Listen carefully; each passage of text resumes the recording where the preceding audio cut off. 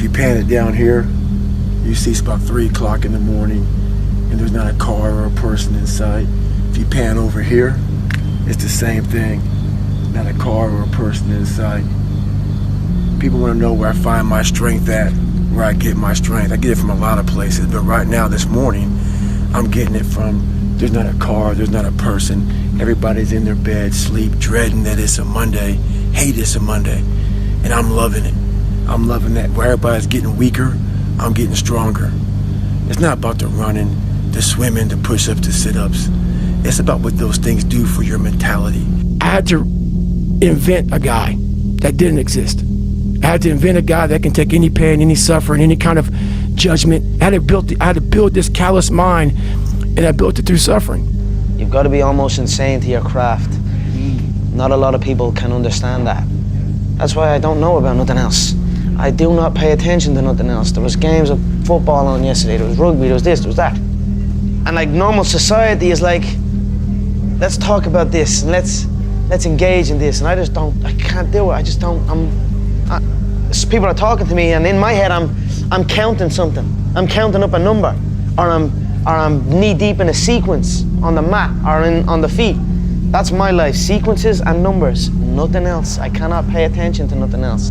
And a lot of times you have to learn to perform without motivation. You have to learn to perform without purpose. You have to learn to perform a lot of different things. And that's what people think. They think I need to have this motivation to work out, to study, to be better. And that's where you fail. You have to learn to train your mind well beyond motivation. If you have motivation, that's great. That's some kindling to the fire. But motivation, you have to learn to exist without it. You have to learn to be, you have to be your best self when you're least motivated. Motivation is just a word. You have to have these different things in your mind on where you want to go and know that motivation is not going to get me there. Don't take today off. Not today.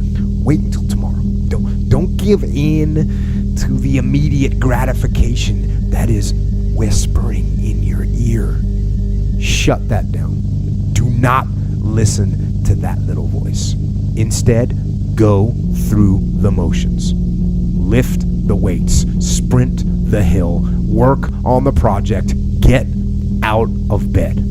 I can't swim, I'm negative buoyant. Go back again. I can't swim, go back again. Go back again, go back again. I got it. I realize if I keep going back and going back and going back, your mind will say, okay, we're gonna figure it out. It'll find a way. Because he is not going to stop. The desire to rest was just weakness. It was just the desire to take the path of least resistance, the downhill path, the easy path. And by simply going through the motions, you overcame that path. And you stayed on the righteous path, the disciplined path. You stayed on the war path, which is right where you know that you belong. I found peace on the opposite end of finding myself, and no one really finds themselves without going through trials, tribulations, suffering, accountability.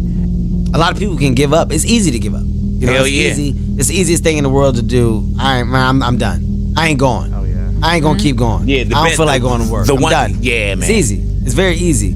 But what's hard is going, yo, yesterday I got nothing from working as hard as I could. Nothing happened from that. I'm gonna do the same thing again today, but I'm gonna try to go harder. That's the hardest thing in the world. To get up every day and give 100% and be in the same position that you were each day, but mentally know that you're trying and trying and trying. That's a real grind. If you give up on your dreams, what do you have left? Nothing. I can't live that way. When you quit, your mind says we're done. So it doesn't expand. There's no expansion when you quit.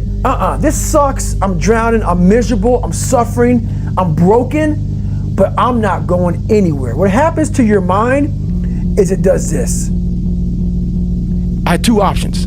To either be that 300-pound guy who sprayed for cockroaches and made $1,000 a month, and at 24 years old, knowing I can reflect on this and think about what guy I never became, or I can totally just sack it up, and fail and fail and fail until I succeed. You are your own worst enemy. You waste precious time dreaming of the future instead of engaging in the present. Since nothing seems urgent to you, you're only half involved in what you do. You're going to lose sleep. You'll doubt whether it'll work. You'll stress to make ends meet. You won't finish your to-do list. You'll wonder whether you made the right call and have no way to know for years. This is what hard feels like, and that's okay. Everything worth doing is hard, and the more worth doing it is, the harder it is. The greater the payoff, the greater the hardship. If it's hard, good. It means no one else will do it. More for you. I love this question, which is, what would you do if you weren't afraid?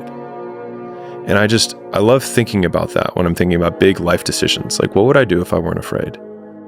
And it's usually like the big one, the bigger thing that I really want to do, but I'm afraid to do it. It's like, that's what I should do. Fear is a mile wide and an inch deep. And so it looks like this ocean that you're going to step into and drown. But as soon as you step into it, you realize it was not that deep at all, and you can keep walking through it. When you make mistakes, they add up. They add up.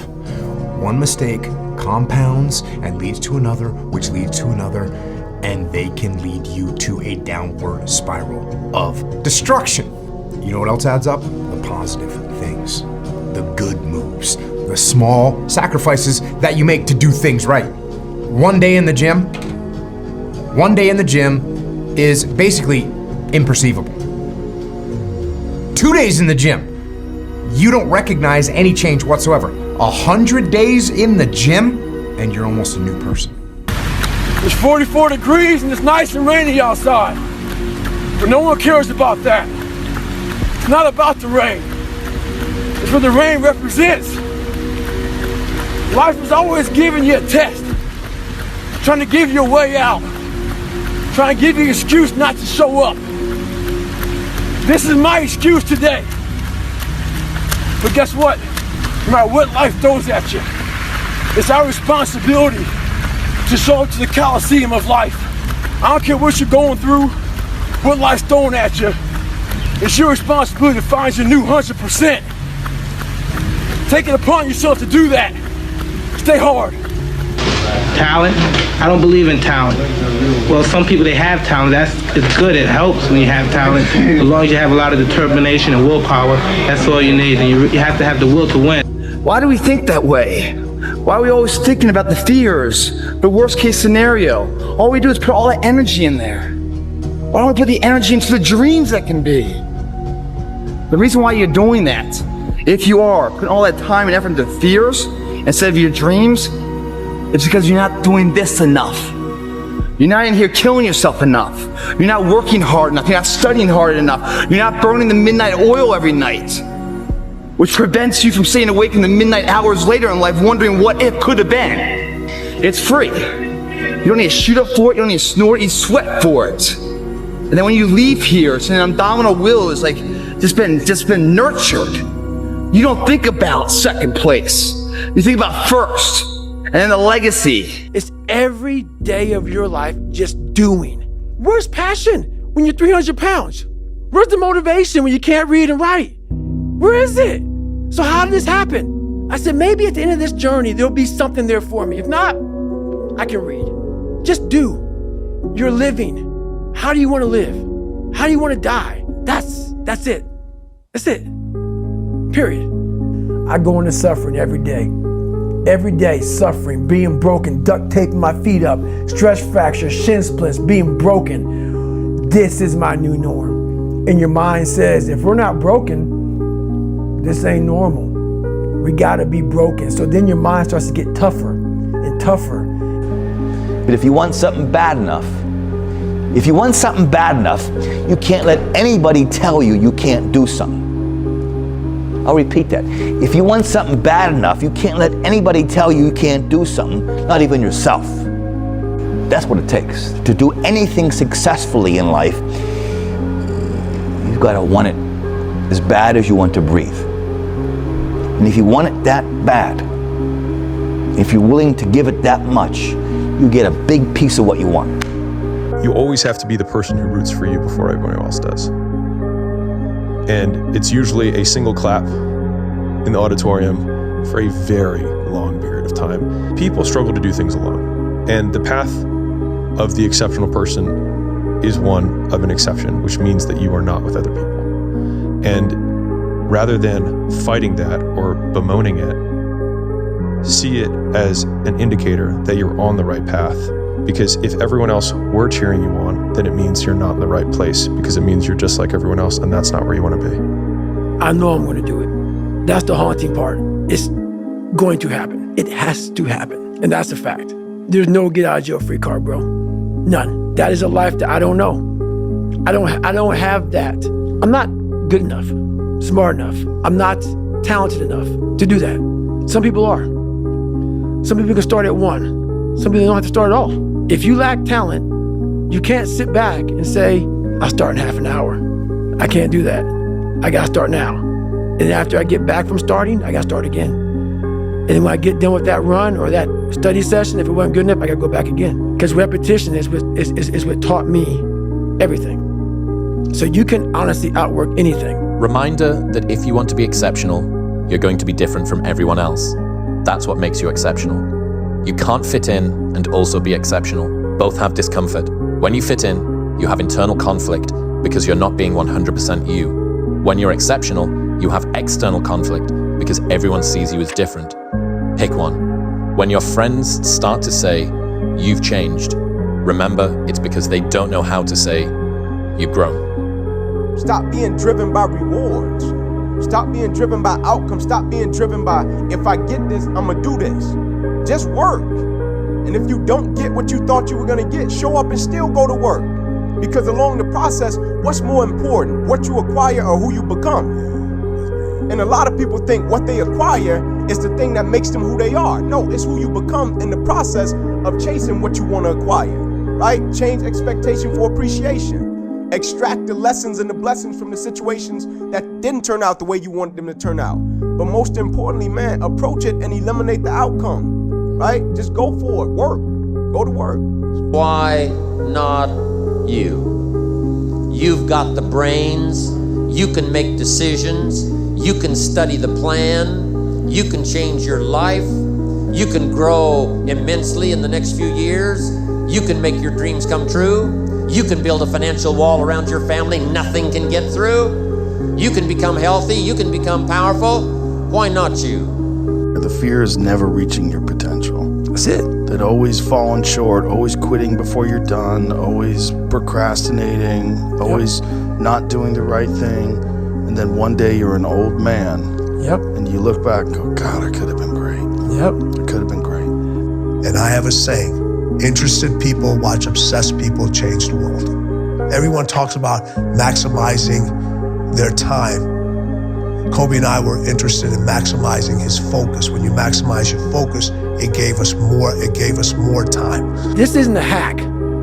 This has to be in you. Something in you has to wake up. And usually the only person that can wake it up is you. But if you don't have a little flame, just barely, you're done. I can't light it for you. You don't want it. And that's the harsh reality. This is your new life. Take it or leave it. There's no happiness about it. There's no peace behind it. It sucks. You have to envision something that is more powerful than you. Something has to get you out of bed. And you have to create it. It has to be false. Because you're not it. So you have to create a false reality to live in that, just to get to work on yourself. My philosophy is, why be normal when you can be the best? I don't want to be normal. I want to make the difference. So everything I do, I want to make the difference. Because when I make the difference, I'm the best. And that is not arrogance, that is confidence. But he was saying that if you're an underdog, man, the beauty of being someone who has to go through struggle, because you get that. If there's no struggle, if there's no struggle, then it's nothing. There's no journey. There's no journey.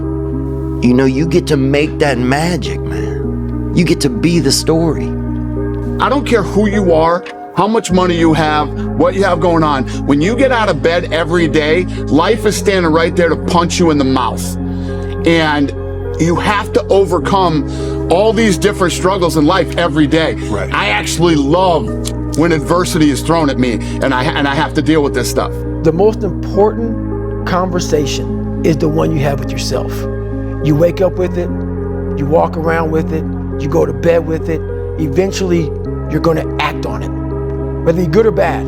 You have to look in that mirror and know there's so much more in here, man. Because I could literally right now be a 300-pound guy spraying for cockroaches still to this day if I did not look in that mirror and say, there has to be more to this. This can't be it. And then willing to go into it, dive deep into it, and give all I have to find it. First thing is, identify with what you love. And once you love it, hone in on that thing until you can master it to the point where people can identify that there's no questioning your love for it.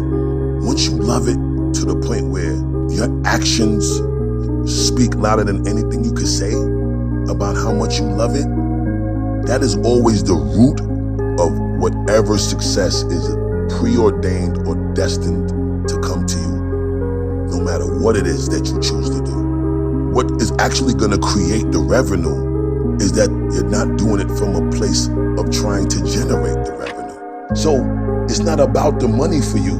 You're fulfilling something in your soul, in your body. There's a feeling that even the money can't give you.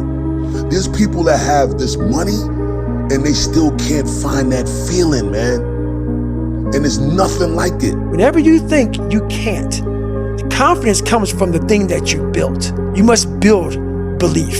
You must build confidence. If right now, whoever's listening to this, if you wrote a book right now about your life and you gave it to someone, would it change their life for the better? If not, you gotta get to work.